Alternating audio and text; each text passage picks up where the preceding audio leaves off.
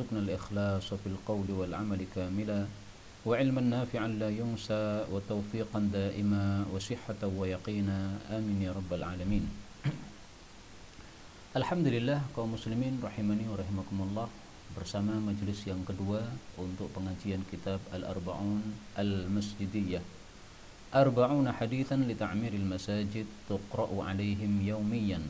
40 hadis untuk memakmurkan masjid, dibacakan hadis ini kepada para jamaah setiap hari. Kita sudah mempelajari 5 hadis, dan sebelum kita lanjutkan hadis yang ke-6, kita ulangi dulu pengajian yang kemarin sudah kita sampaikan. Pada hadis yang pertama disebutkan ya'muru masajidallah, memakmurkan masjid Allah. Dan memakmurkan masjid ada 2 macam. Ada yang sifatnya ma'nawi, ada yang sifatnya hissi atau untuk fisiknya masjid. Dan yang lebih penting adalah memakmurkan masjid yang bersifat ma'nawi. Hadis yang kedua disebutkan fi baitin min buyutillah, tadarus di rumah Allah. Ini hanya kharaja makhrajal ghalib, sehingga tidak harus betul-betul di rumah Allah. Maka dimanapun juga fadilah-fadilah yang disebutkan ini akan tetap kita dapatkan. Dan as-sakinah, ketenangan, ini diperselisihkan oleh para ulama, apa itu ketenangan. Dan menurut Imam Nawawi, pendapat yang terpilih adalah bahwa sakinah merupakan satu makhluk Allah subhanahu wa ta'ala yang turun ketika ada orang membaca Al-Quran. Dan biasanya sakinah ini disertai para malaikat yang turun bersamanya. Hadis yang ketiga, ada istilah Wadi Aqiq. Ini adalah satu wadi mubarak, lembah yang diberkahi, yang letaknya di dekat kota Madinah. Dan Rasul Shallallahu Alaihi Wasallam pernah bermimpi disuruh sholat di dalam lembah tersebut. Maka kita niatkan untuk melakukan sunnah ini, yaitu sholat di Wadi Al-Aqiq. Kemudian hadis yang keempat menunjukkan bahwa zikir kepada Allah Subhanahu wa taala ba'da salat subuh sampai terbit matahari ini termasuk salah satu sunnah Rasul sallallahu alaihi wasallam, dan biasanya beliau mempraktekkannya dalam bentuk yaitu iktikaf di masjid ba'da subuh sampai dengan terbit matahari, tidak beranjak dari tempat beliau sampai terbit matahari. Dan waktu ba'da subuh lebih utama daripada waktu ba'da asar, karena sebanding dengan memerdekakan 4 budak dari kalangan orang-orang Arab keturunan Nabi Ismail alaihi salatu wassalam. Hadis yang kelima, ada kata-kata kharaja ila tasbihid duha, keluar menuju salat duha. Diperselisihkan oleh para ulama, ini keluar kemana. Menurut mazhab Syafi'i bahwa disunnahkan orang salat duha keluar dari rumah menuju ke masjid. Tetapi pendapat yang lebih kuat insyaallah ta'ala bahwa keluar ini maksudnya keluar dari aktivitas dunia menuju kepada aktivitas sholat duha, karena di sini sama sekali tidak disebutkan kata-kata menuju ke masjid ya. Dan bahkan sengaja ke masjid untuk sholat duha selalu seperti itu dianggap bid'ah oleh Sayyidina Ibnu Umar radhiyallahu ta'ala anhu. Itulah beberapa hadis yang sudah kita pelajari kemarin. Sekarang kita lanjutkan hadis yang ke-6. Qala al-muallif hafizahullahu ta'ala wa nafa'ana bihi wa bi'ulumihi fid dharain amin.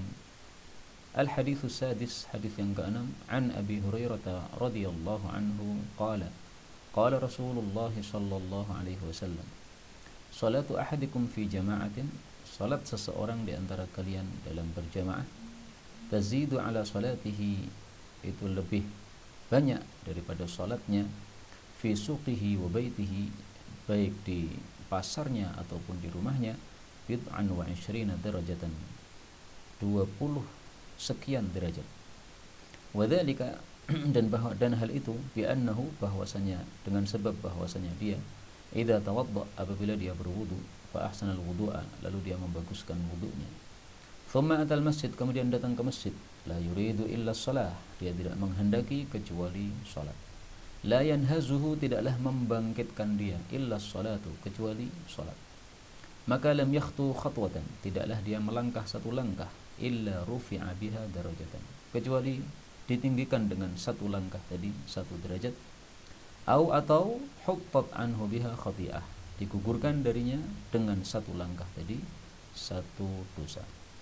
Wal malaikatu tusalli ala ahadikum, dan para malaikat itu mendoakan terhadap masing-masing kalian.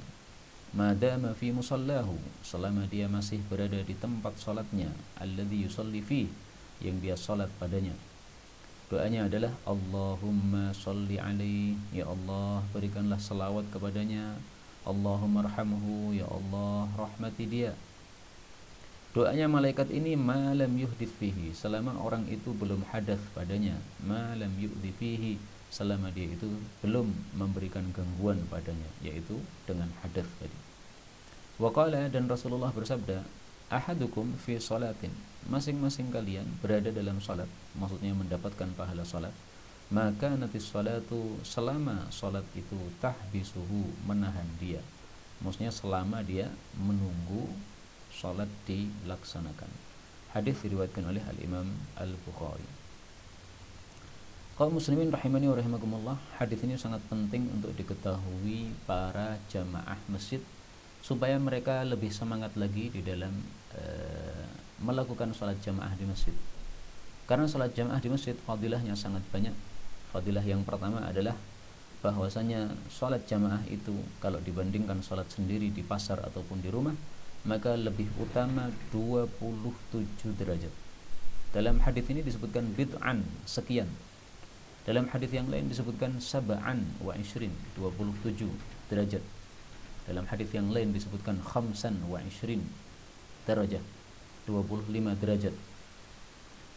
Nah, maka ada 3 riwayat, ya. Riwayat yang pertama bid'an wa ishrin, 20 sekian. Riwayat yang kedua 27, dan riwayat yang ketiga 25. Riwayat yang terbanyak adalah yang mengatakan 25 derajat. Tetapi karena sama-sama sahihnya, maka kita ambil riwayat yang terbanyak, yaitu dilipat gandakan 27 derajat.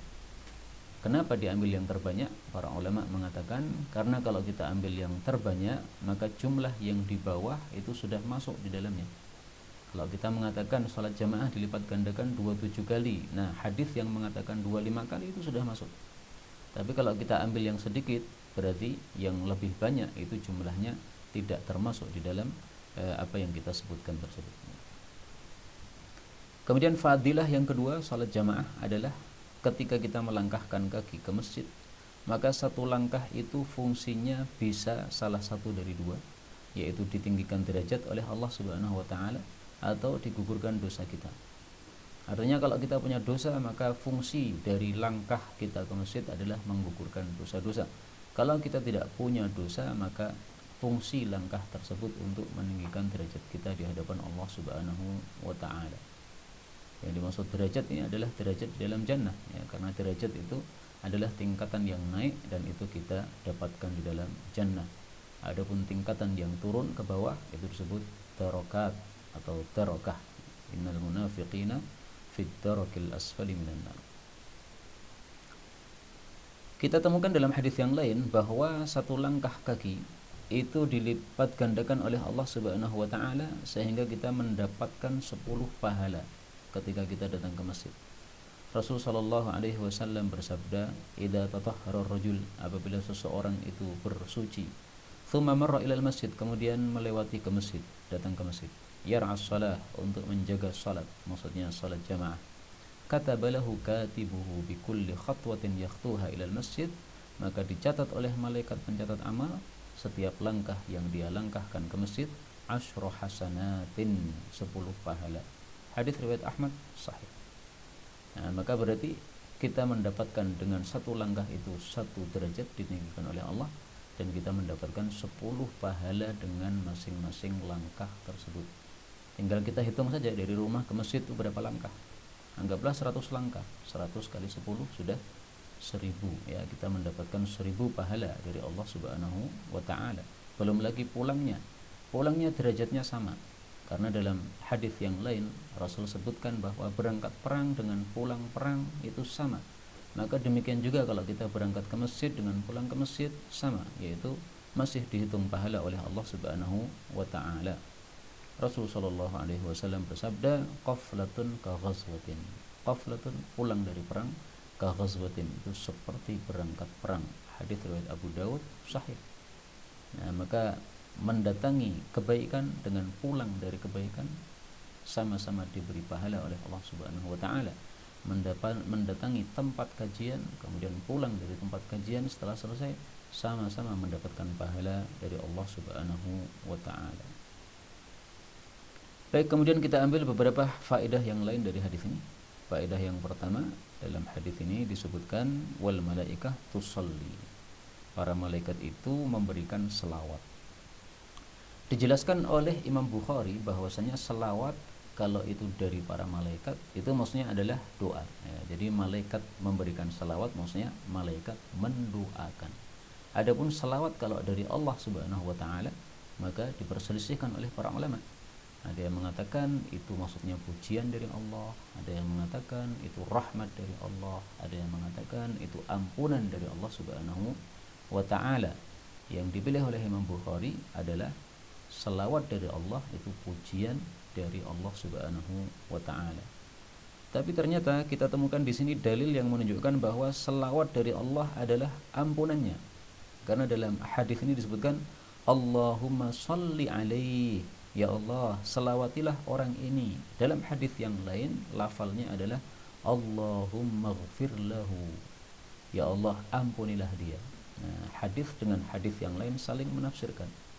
Maka malaikat itu ketika ada orang duduk setelah sholat didoakan oleh malaikat dua doa. Doa pertama Allahumma sholli alaihi, ya Allah selawatilah dia. Dalam riwayat yang lain ampunilah dia, berarti selawat itu adalah ampunan dari Allah. Kemudian doa yang kedua adalah Allahumma arhamhu, ya Allah rahmati dia. Dalam hadis yang lain ada tambahan Allahumma tub alaihi, ya Allah berilah tobat kepadanya.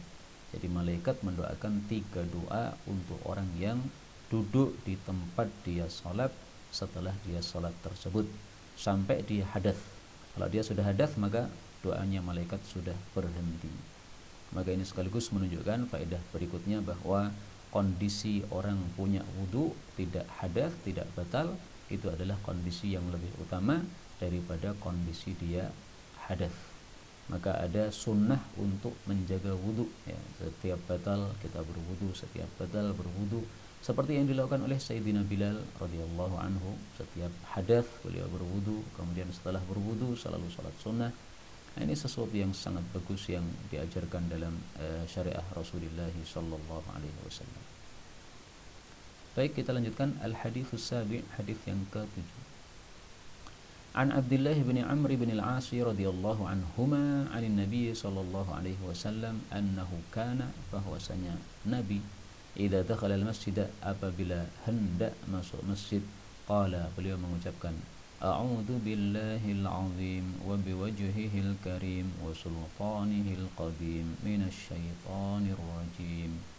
Aku berlindung kepada Allah yang maha agung, kepada wajahnya Allah yang maha mulia, kepada kekuasaannya Allah yang maha qadim. Qadim itu tidak ada awalnya, yaitu sejak dulu ada Allah itu. Berlindung minasyaitonir rajim, dari setan yang terkutuk. Qala, maka rawi bertanya, aqat, apakah itu saja doanya? Qultu, saya mengatakan na'am, ya.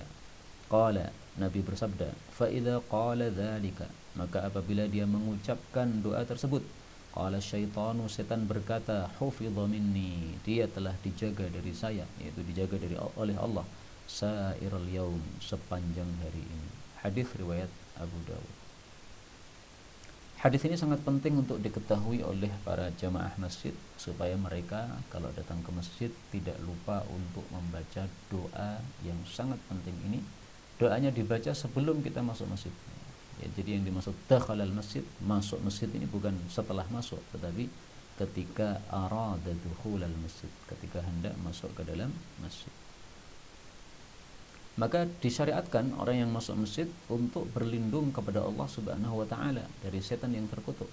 Kenapa? Karena setan itu senantiasa mengganggu manusia, terutama dalam kondisi salat dia. Setan tidak suka kalau manusia ini masuk surga. Nah, salat itu menyebabkan masuk surga, sehingga akan diganggu oleh setan, sehingga orang jadi lupa ini sudah berapa rakaat saya salatnya. Itu karena setan mengganggu dia. Nah, supaya kita tidak terganggu oleh syaitan, kita disyariatkan untuk berlindung kepada Allah dari keburukan setan tersebut. Kita ambil beberapa faedah dari hadis ini. Faedah yang pertama, hadis diriwayatkan oleh Abdullah bin Amr bin As. Saya mendoakan radhiyallahu anhuma karena Abdullah ini sahabat Nabi dan Amr bin As juga sahabat Nabi sallallahu alaihi wasallam. Dan Abdullah bin Amr bin As, antara Abdullah dengan bapaknya yaitu Amr bin As, jarak usianya hanya 11 tahun.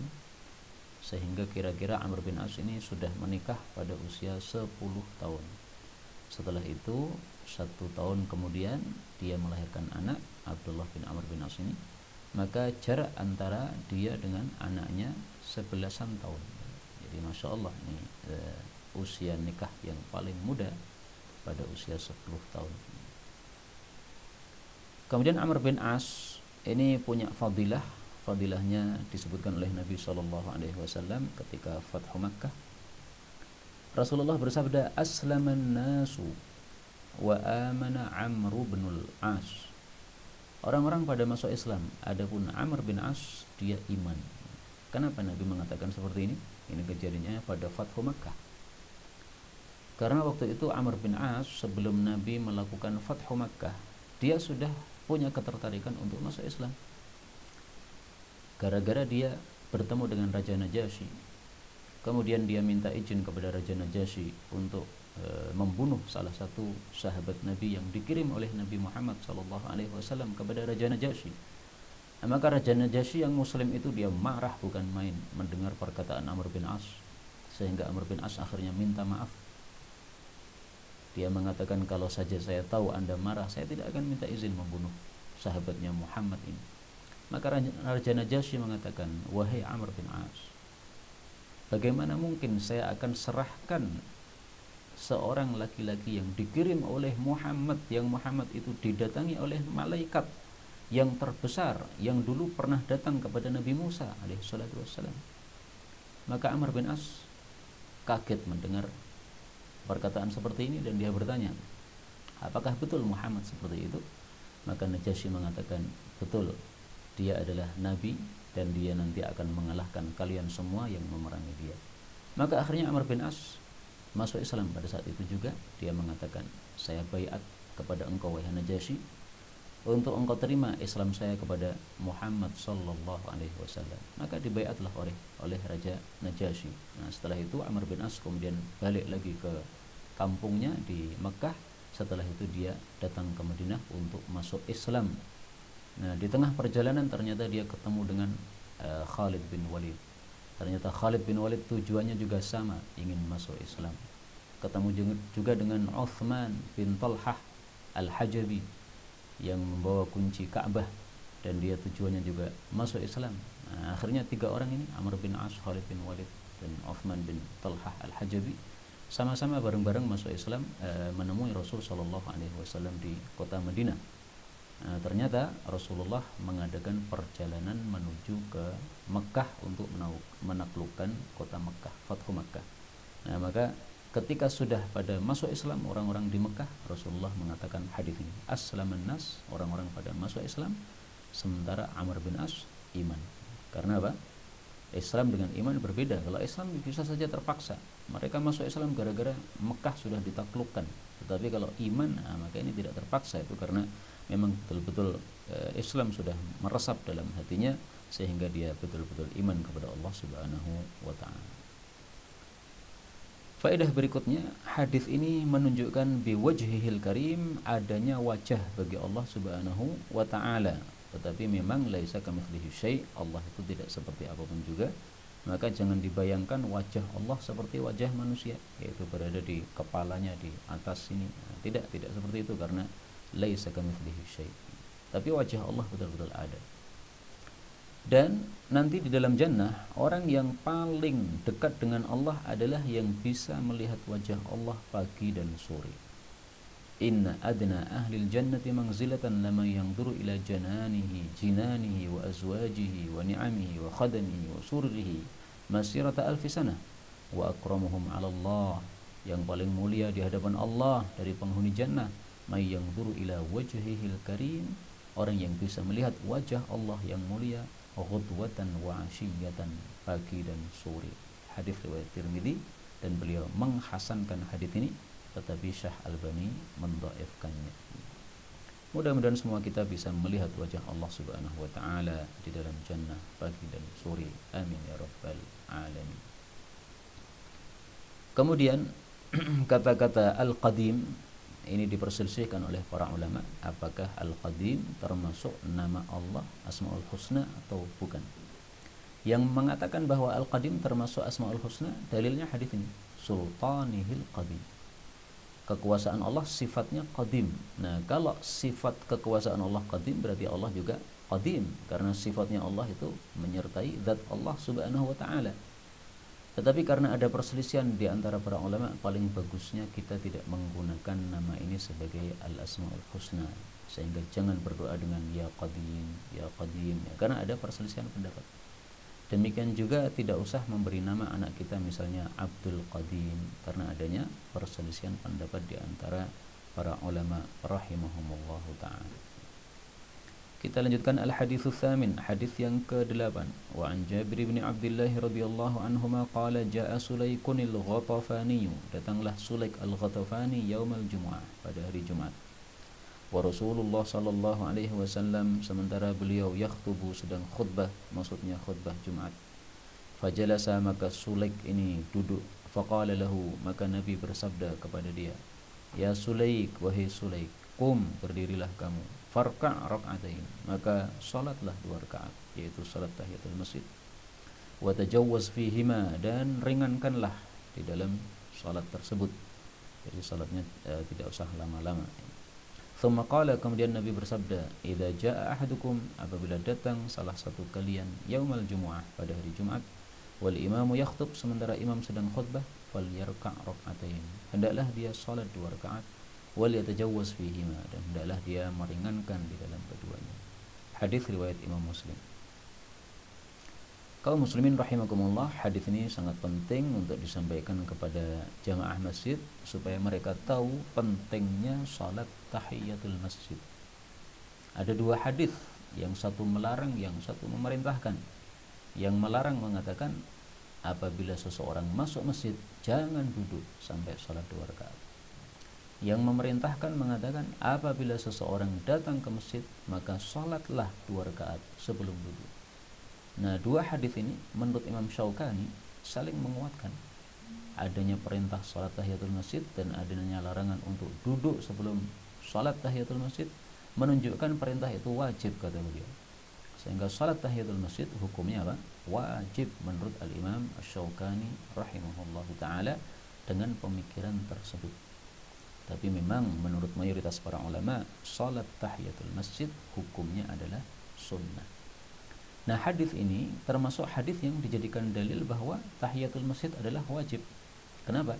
Karena Sulaik ketika datang kemudian langsung duduk, ternyata disuruh oleh Nabi untuk berdiri. Sementara mendengarkan khutbah Jumat hukumnya adalah wajib, tetapi tahiyatul masjid masih diperintahkan. Kalau tahiyatul masjid itu hanya sunnah, tidak mungkin dia diperintahkan, karena sesuatu yang sunnah tidak akan dilebihkan daripada sesuatu yang wajib. Kalau sesuatu yang wajib dikalahkan, yaitu mendengarkan khutbah saja dikalahkan dengan sebab sholat 2 rakaat, berarti sholat ini adalah sholat yang wajib. Nah, ini pemikiran bagi mereka yang mengatakan sholat tahiyatul masjid adalah wajib. Tapi mayoritas para ulama mengatakan bahwa perintah ini hanya menunjukkan sunnah muakkadah, bukan menunjukkan kewajiban. Karena dalam hadis tentang Isra Mi'raj sangat jelas Allah Subhanahu wa taala mengatakan hunna khamsun wa hunna khamsun la yubaddalul qawlu ladayya. Salat wajib itu 5 kali salat, tetapi dinilai 50 oleh Allah Subhanahu wa taala, tidak akan diganti perkataan di hadapan saya.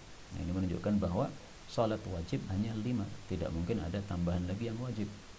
Kalaupun ada lagi yang wajib, itu sifatnya wajib fardu kifayah, seperti salat jenazah misalnya, itu bukan fardu ain. Nah, yang dibahas di sini adalah tentang salat yang fardu ain. Baik, kita ambil beberapa faedah dari hadis ini. Faedah yang pertama, faqala lahu ya Sulaik, Nabi bersabda, wahai Sulaik. Ini menunjukkan bahwa khatib dengan jamaah itu boleh dialog atau boleh berbicara ketika khutbah Jumat. Adapun larangan bicara ketika khutbah Jumat itu antara pendengar dengan pendengar. Tetapi kalau pendengar dengan khatib tidak ada masalah. Faedah yang kedua, berdirilah kamu, salatlah 2 rakaat. Menunjukkan bahwa salat tahiyatul masjid tidak gugur apabila kita sudah terlanjur duduk. Urutannya kan salat dulu baru duduk. Tapi seandainya terbalik, duduk dulu, apakah tahiyatul masjidnya gugur? Tidak gugur. Dengan bukti di sini Nabi menyuruh dia bangkit lagi dan salat tahiyatul masjid. Faedah berikutnya, farka' raka'atain, salatlah 2 rakaat. Padahal khutbah Jumat sedang berlangsung. Karena itu pendapat yang kita pilih adalah meskipun khutbah Jumat sudah berlangsung, tetap disyariatkan salat tahiyatul masjid. Dan ini masalah khilafiyah. Menurut mazhab Maliki misalnya, tidak disyariatkan tahiyatul masjid ketika khutbah Jumat sudah berlangsung, ya. Tetapi hadis ini sangat jelas menunjukkan disyariatkannya hal tersebut.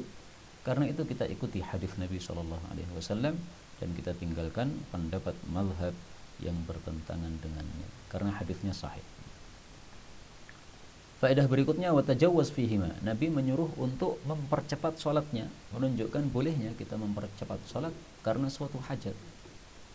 Misalnya kita ingin segera berangkat safar, khawatir tertinggal kereta, sholatnya kita cepatkan lebih cepat daripada biasanya. Misalnya anak kita nangis, biasanya sholatnya rukuk membaca 5 kali tasbih, diringkas 1 kali tasbih. Atau karena sakit, ya pusing bukan main, 1 kali tasbih, tidak ada masalah. Yaitu boleh mempercepat sholat dengan suatu hajat yang kita alami. Kita lanjutkan hadis yang ke-9, al-haditsu tasi' an Abi Sa'id al-Khudri atau an Abi Hurairah radhiyallahu anhuma annahu qala qala Rasulullah sallallahu alaihi wasallam fi sab'ati, Rasulullah bersabda tentang 7 orang, alladzina, orang-orang yang yudhilluhumullah, Allah menaungi mereka, fi dhillih, di dalam naungannya Allah, yaitu di hari kiamat nanti. Salah satunya adalah warajulun, seorang laki-laki, mu'allaqun bil masajid, yang terikat terhadap masjid, maksudnya hatinya terikat kepada masjid. Idza kharaja minhu, apabila dia keluar dari masjid, hatta ya'uda ilaih, sampai dia kembali lagi ke masjid. Hadis riwayat Imam Muslim. Hadis ini sangat penting untuk diketahui jamaah masjid supaya mereka semangat untuk sholat 5 waktu ke masjid. Karena orang yang sholat 5 waktu ke masjid ini ada jaminan dia akan diberi naungan oleh Allah Subhanahu wa taala di akhirat nanti, ketika matahari di atas kepala kita sangat dekat sekali dan kita semuanya telanjang di padang mahsyar, keringat bercucuran sangat banyak. Nah, kita perlu kepada naungan dari Allah Subhanahu wa taala. Untuk mendapatkan naungan itu ada 7 cara, ya, sab'ah. Tapi kata-kata 7 ini tidak membatasi, karena adanya kaidah yang mengatakan al-adadu la mafhuma lahu. Al-adadu, jumlah itu, la mafhuma lahu, tidak memiliki mafhum, artinya tidak untuk membatasi. Sehingga ketika Nabi menyebutkan ada 7 golongan yang akan dinaungi oleh Allah, bukan berarti hanya 7 orang. Karena itu Al-Imam As-Suyuti menulis satu kitab judulnya Buzughul Hilal fil Khisalil Mujibah Lidhilal. Ini dia mengumpulkan 70 perkara yang bisa menyebabkan diberi naungan oleh Allah Subhanahu wa taala. Nah, salah satu yang gampang untuk kita lakukan adalah hadis ini, yaitu seseorang yang hatinya terikat ke masjid ketika keluar dari masjid sampai kembali lagi. Artinya ketika keluar dari sholat subuh, dia ada niatan nanti zuhur datang lagi. Keluar dari sholat zuhur, ada niatan nanti asar datang lagi. Maka orang yang 5 waktu datang ke masjid, ini sudah termasuk rajulun qalbuhu mu'allaqun bil masajid. Kita ambil beberapa faedah. Faedah yang pertama, hadis ini diriwayatkan dari Abu Sa'id atau dari Abu Hurairah. Jadi rawinya ragu-ragu, apakah dari Abu Sa'id atau dari Abu Hurairah. Nah, keraguan-raguan seperti ini tidak menyebabkan hadisnya dhaif. Kenapa? Karena as-sahabah kulluhum udulun. Semua sahabat Nabi adalah orang-orang yang adil, yang tidak fasik, sehingga hadisnya bisa diterima. Ini akidah kita Ahlus Sunnah wal Jamaah. Tidak seperti sebagian orang Syiah yang mereka mencela para sahabat Nabi Shallallahu Alaihi Wasallam. Bahkan di antara mereka ada yang mengkafirkan banyak sahabat Nabi Shallallahu Alaihi Wasallam. Ahlu sunnah tidak. Ahlu sunnah mereka meyakini para sahabat Nabi mereka semuanya adalah orang-orang yang adil sehingga riwayatnya bisa diterima. Mau Abu Sa'id mau Abu Hurairah nggak ada masalah. Yang penting sahabat Nabi pasti hadisnya sahih atau pasti hadisnya dapat diterima. Faedah berikutnya, kata-kata rajulun seorang laki-laki ini tidak membatasi hanya untuk laki-laki. Andaikan ada perempuan yang suka ke masjid, meskipun lebih afdal di rumah, tetapi ketika ada seseorang suka ke masjid, tidak boleh untuk dihalang-halangi. Karena Rasulullah Shallallahu Alaihi Wasallam berpesan para suami jangan melarang istrinya untuk pergi ke masjid. Nah, maka rajulun ini disebut wasfun tardiyun, maksudnya adalah tidak hanya membatasi untuk laki-laki, tapi perempuan pun juga hukumnya sama. Adapun Rasul mengatakan rajul yang artinya laki-laki itu karena beliau biasanya bicara di hadapan para laki-laki sehingga beliau mengucapkan sesuai apa atau sesuai orang yang diajak bicara oleh beliau sallallahu alaihi wasallam. Faedah terakhir fi dhillihi, dalam naungan Allah itu maksudnya adalah naungan singgasana Allah Subhanahu wa taala. Karena dalam hadis yang lain disebutkan fi dhilli arsyihi, di bawah naungan singgasana Allah. Nah, jangan lupa perkataan Imam Ahmad, al-hadits yufassiru ba'duhu ba'dan. Hadis itu satu sama lain saling menafsirkan. Sehingga di sini disebutkan naungan Allah, maksudnya adalah naungan singgasana Allah Subhanahu wa taala. Kita lanjutkan al-haditsul ashir, hadis yang ke-10. An Qartha'in an Abi Ayyuba radhiyallahu anhu 'anil Nabi sallallahu alaihi wasallam qala arba'un qabla adh-dhuhri, 4 rakaat sebelum duhur, laisa fihinna taslimun, yang tidak ada padanya salam, tuftahu lahunna, dibuka untuknya, abwabus sama, pintu-pintu langit. Hadis diriwayatkan oleh Abu Dawud dan dia mengatakan Ubaidah adalah perawi yang dhaif, tetapi hadis ini dinilai hasan oleh Asy-Syaikh Al-Albani, wallahu a'lam bis-shawab. Kaum muslimin rahimakumullah, hadis ini termasuk sunnah Nabi yang mahjurah, yang sudah banyak ditinggalkan orang. Karena itu penting untuk kita sampaikan kepada jamaah masjid supaya mereka paham ada satu sunnah Nabi yang sangat penting sekali, yaitu 4 rakaat salat sunnah sebelum duhur, langsung 4 rakaat. Meskipun 2 salam juga boleh berdasarkan hadis yang lain, tetapi kalau mau berdasarkan hadis ini laisa fihinna taslimun, di tengahnya tidak ada salam, artinya langsung 4 rakaat. Menyebabkan apa? Pintu-pintu langit dibuka oleh Allah Subhanahu wa taala. Dan kalau pintu-pintu langit sudah dibuka oleh Allah, maka amalan kita mudah diterima dan doa kita mudah dikabulkan oleh Allah Subhanahu wa taala. Dari mana taunya? Dari hadis yang lain. Rasul sallallahu alaihi wasallam bersabda, "Idza nadal munadi", apabila mengumandangkan azan seorang yang azan, "Futihat abwabus sama", dibukalah pintu-pintu langit. "Wastujibat du'a", dan dikabulkanlah doa. Jadi fungsi dibukanya pintu langit ini menyebabkan terkabulnya doa-doa kita.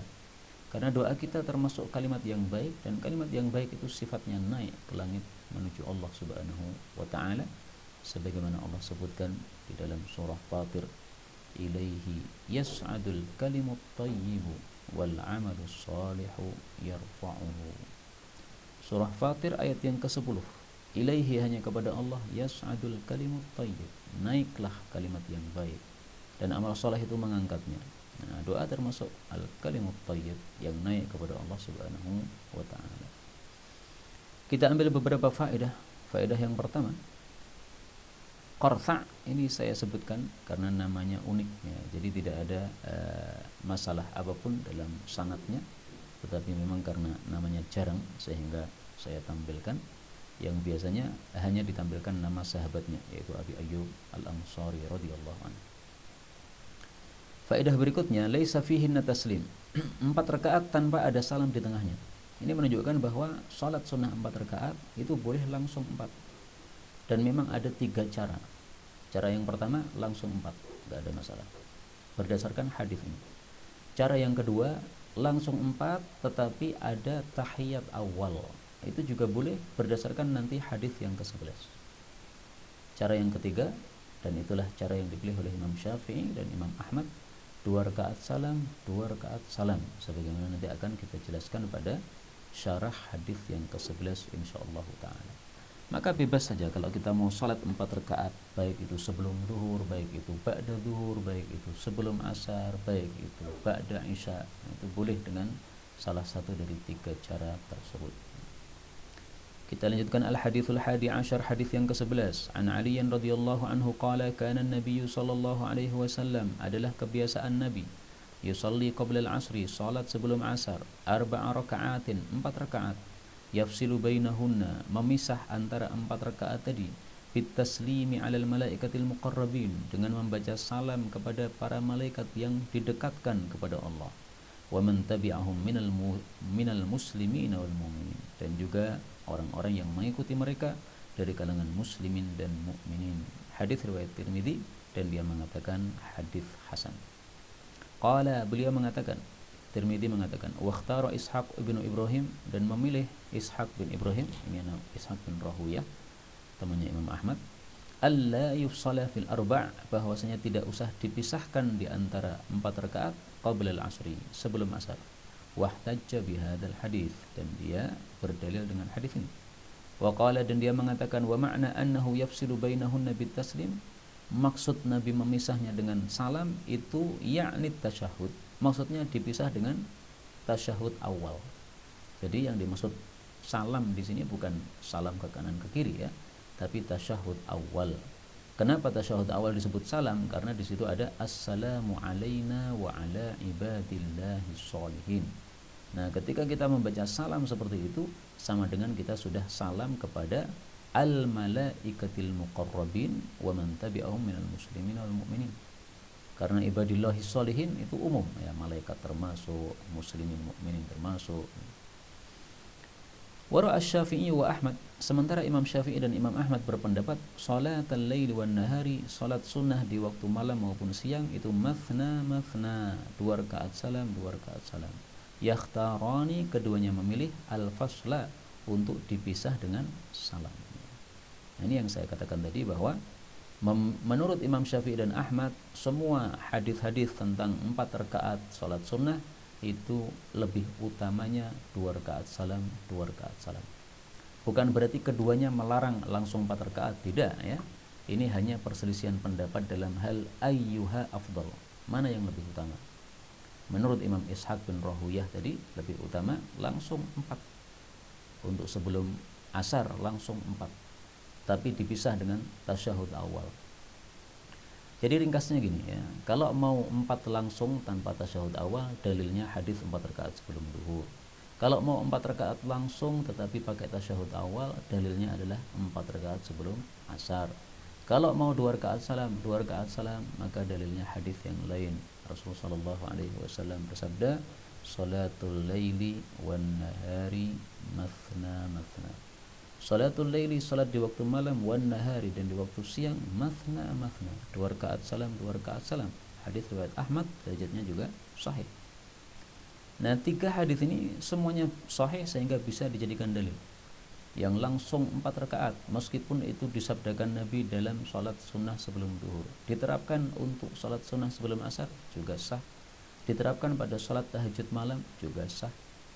Yang sebelum asar tadi dipisah dengan tasyahud awal, itu meskipun hadisnya bicara tentang salat sebelum asar, tapi diterapkan sebelum zuhur juga sah, diterapkan untuk salat malam langsung 4 rakaat juga sah ya, karena salat sunnah ini hukumnya sama saja, baik yang sebelum zuhur, sebelum asar ya, maupun yang malam hari. Nah, itu derajat atau kedudukan semua hukumnya adalah disamakan oleh para ulama kita rahimahumullah taala. Inilah kaum muslimin rahimani wa rahimakumullah yang dapat kita pelajari, dan sekali lagi marilah kita kalau membaca hadis ini ada niatan untuk mengamalkannya. Imam Ahmad mengatakan semua hadis yang dibaca hendaklah diamalkan meskipun hanya 1 kali dalam seumur hidup. Nah, untuk yang bisa kita amalkan rutinitas harian, kita amalkan rutinitas harian. seperti 4 rakaat sebelum zuhur, insya Allah bisa kita amalkan dengan syarat mendengar adzan langsung kita berwudu. 4 rakaat sebelum asar, apakah bisa kita amalkan? Bisa, dengan syarat mendengar adzan kita berwudu. Tapi kalau kita masih santai-santai melanjutkan pekerjaan, ini sunnah akan lepas dari kita. Inilah yang dapat kita pelajari, benarnya dari Allah, dan kalaupun ada salahnya, fa astaghfirullahal azim li wa lakum walhamdulillahi rabbil alamin.